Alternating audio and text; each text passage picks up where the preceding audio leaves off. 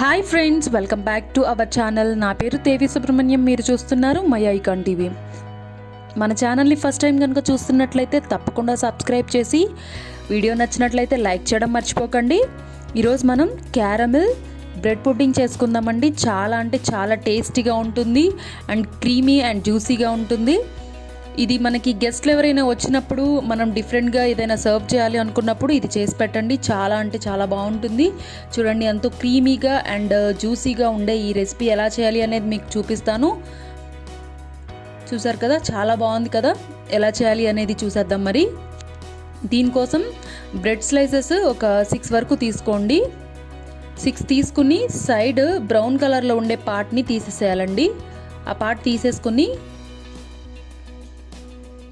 చిన్న చిన్న ముక్కలుగా కట్ చేసుకోవాలి. ఈ 6 పీసెస్ని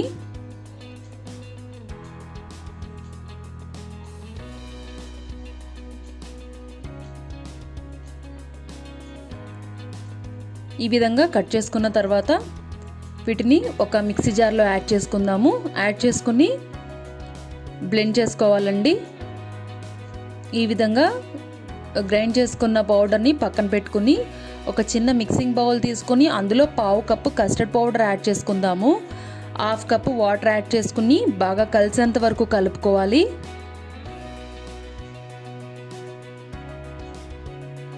ఈ విధంగా కలుపుకున్నట్లయితే మనకి అందులో కస్టర్డ్ పౌడర్ అనేది ఏమీ సపరేట్గా పొడిగా ఉండకూడదండి. మొత్తం వాటర్లో కలిసిపోయేటట్టుగా కలుపుకోవాలి. కంప్లీట్గా వాటర్లో మిక్స్ అయిపోయేటట్టుగా కలుపుకోవాలి. కలుపుకుని పక్కన పెట్టుకుందాము. ఇప్పుడు స్టవ్ పైన ఒక మందంగా ఉండే గిన్నె పెట్టుకుని అందులో 1/2 కప్పు షుగర్ యాడ్ చేసుకుందాము. షుగర్ ప్యాన్ మొత్తం ఈవెన్గా ఉండేటట్టుగా స్ప్రెడ్ చేసుకుని స్టవ్ ఆన్ చేసుకుని లో ఫ్లేమ్లో పెట్టుకోవాలండి. లో ఫ్లేమ్లో పెట్టుకుని మనం కలుపుకుంటూ ఉన్నట్లయితే ఈ విధంగా మనకి లిక్విడ్లా ఫామ్ అవుతుంది. వాటర్ ఏమీ యాడ్ చేయని అవసరం లేదు. చూసారు కదా, ఇలా గోల్డెన్ బ్రౌన్ కలర్లో వచ్చేసిన తర్వాత మనం స్టవ్ ఆఫ్ చేయాలి. కంప్లీట్గా షుగర్ అంతా కరిగిపోవాలండి. కరిగిపోయిన తర్వాత మనకి కలర్లోకి చేంజ్ అవుతుంది. ఇలా రెడీ అయిన క్యారమిల్ని ఒక గిన్నెలోకి ట్రాన్స్ఫర్ చేసుకోవాలండి. లేదంటే కేక్ టిన్ ఉన్నట్లయితే కేక్ టిన్లోకైనా మనం ట్రాన్స్ఫర్ చేసుకోవచ్చు. నేనైతే ఒక గిన్నెలో చేస్తున్నాను కాబట్టి గిన్నెలోకి ట్రాన్స్ఫర్ చేసుకున్న తర్వాత ఈ క్యారమిల్ మొత్తం గిన్నెలో ఈ విధంగా స్ప్రెడ్ చేసుకోవాలండి. ఈ ప్రాసెస్ అంతా వెంటనే చేసుకోవాలి, లేదు అంటే కనుక గట్టి పడిపోతుంది. ట్రాన్స్ఫర్ చేసుకున్న వెంటనే మనం ఈ విధంగా స్ప్రెడ్ చేసుకుని పక్కన పెట్టుకుందాము. ఇప్పుడు స్టవ్ పైన ఒక గిన్నె పెట్టుకుని మందంగా ఉండాలండి అడుగు.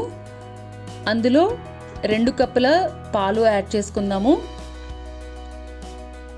యాడ్ చేసుకుని స్టవ్ ఆన్ చేసుకుని మీడియం ఫ్లేమ్లో పెట్టుకుని ఈ విధంగా కొంచెం మరగనివ్వాలి. మరిగిన తర్వాత ఒక 5 నిమిషాలు పాలు మరిగిన తర్వాత 1/2 కప్పు షుగర్ యాడ్ చేసుకోవాలి. స్వీట్నెస్ని బట్టి అండి. మీరు ఒకవేళ కొంచెం ఎక్కువ తినేవాళ్ళు అయితే కనుక ఇంకొక 1/2 కప్పు యాడ్ చేసుకోవచ్చు. నార్మల్ స్వీట్నెస్ సరిపోతుంది అంటే కనుక 1/2 కప్ సరిపోతుంది 2 కప్స్కి. ఎందుకంటే ఆల్రెడీ క్యారమిల్లో కూడా మనం యూజ్ చేసాం కదా, షుగర్ సరిపోతుంది. యాడ్ చేసుకున్న తర్వాత షుగర్ అంతా బాగా కలిసేంత వరకు మిక్స్ చేసుకుందాము. ఈ క్యారమిల్ బ్రెడ్ పుడ్డింగ్ అనేది చాలా బాగుంటుందండి. కస్టర్డ్ పౌడర్ మిక్స్చర్ ఉంది కదా, అది కూడా యాడ్ చేసుకుని బాగా కలుపుకుందాము. ఈ కస్టర్డ్ పౌడర్ మిక్స్చర్ యాడ్ చేసిన తర్వాతనే మనకి అడుగు వచ్చేస్తుందండి. కాబట్టి లో ఫ్లేమ్లోనే కంపల్సరీ పెట్టుకుని బాగా కలుపుకోవాలి. ఒక 10 మినిట్స్ ఇది బాయిల్ అయిన తర్వాత మనకి ఈ చూడండి థిక్ కన్సిస్టెన్సీ వస్తుంది. ఈ విధంగా థిక్గా అవుతుంది. ఇలా థిక్గా అయింది అంటే కనుక మనకి రెడీ అయినట్లే. ఇప్పుడు మనం బ్రెడ్ని రెడీ చేసి పెట్టుకున్నాం కదా ముందుగా పౌడర్గా, అది కొంచెం కొంచెంగా యాడ్ చేసుకుంటూ విస్కర్తో కానీ స్పూన్తో కానీ బాగా కలిసేంత వరకు కలుపుకోవాలి.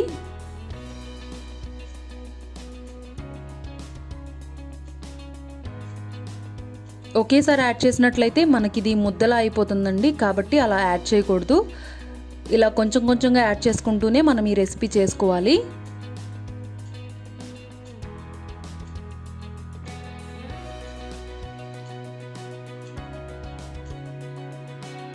మిగిలిన లాస్ట్లో కొంచెం ఉంటే అది కూడా యాడ్ చేసేసుకుని బాగా కలిపేసుకుందాము.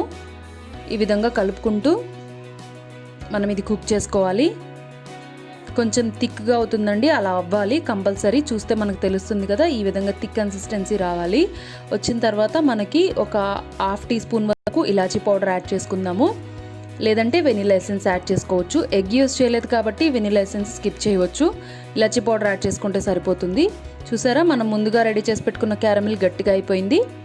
ఇప్పుడు ఈ క్యారమిల్ ఉన్న గిన్నెలో మనం రెడీ చేసి పెట్టుకున్న కస్టర్డ్ మిక్స్చర్ని ఇందులో యాడ్ చేసుకుందాము. ఇందులోకి ట్రాన్స్ఫర్ చేసుకున్న తర్వాత ఇది సెట్ చేసుకోవాలి. 2-3 టైమ్స్ ట్యాప్ చేసినట్లయితే మనకి ఇది సెట్ అయిపోతుంది. ఈ విధంగా ట్యాప్ చేసుకుని పైన కూడా మనం ఒకసారి ఇలా అడ్జస్ట్ చేసుకున్నట్లయితే నీట్గా ఉంటుంది. ఈ విధంగా అడ్జస్ట్ చేసుకుని స్టీమ్ చేసుకోవాలండి. నేను ఒక ప్యాన్లో స్టీమ్ చేసుకుంటున్నాను. కుక్కర్లో కానీ లేదంటే ఇడ్లీ పాత్రలో అయినా మీరు స్టీమ్ చేసుకోవచ్చు. ఈ విధంగా కొంచెం వాటర్ యాడ్ చేసుకుని లో టు మీడియం ఫ్లేమ్లో 40 మినిట్స్ వరకు స్టీమ్ చేయాలి. 40 మినిట్స్ తర్వాత మనకి రెడీ అయిపోతుంది. ఈ పుడ్డింగ్ అనేది రెడీ అయిపోయిన తర్వాత మనం ఆ గిన్నెని తీసి పక్కన పెట్టి రూమ్ టెంపరేచర్ వచ్చేంత వరకు వెయిట్ చేయాలండి. కంపల్సరీ చల్లగా అవ్వాలి. రూమ్ టెంపరేచర్ వచ్చిన తర్వాత మనం దీన్ని ఒక 2 అవర్స్ ఫ్రిడ్జ్లో పెట్టుకుని సర్వ్ చేసినట్లయితే చాలా బాగుంటుందండి.